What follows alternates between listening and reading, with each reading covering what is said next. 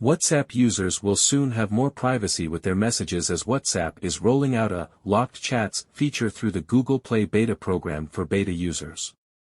The social media giant is confident that the feature will enhance privacy and user convenience and help curtail accidental private message exposure, ensuring high confidentiality for users.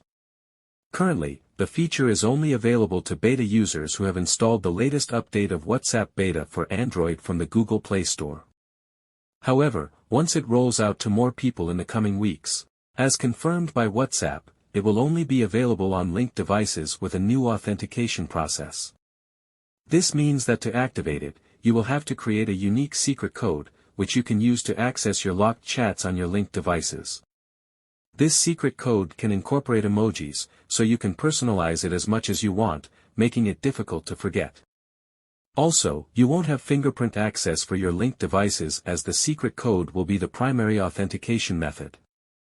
Should this feature be released officially, it will become the second privacy feature that WhatsApp has released this month, with the other being the Passkey feature for iOS users, released last week.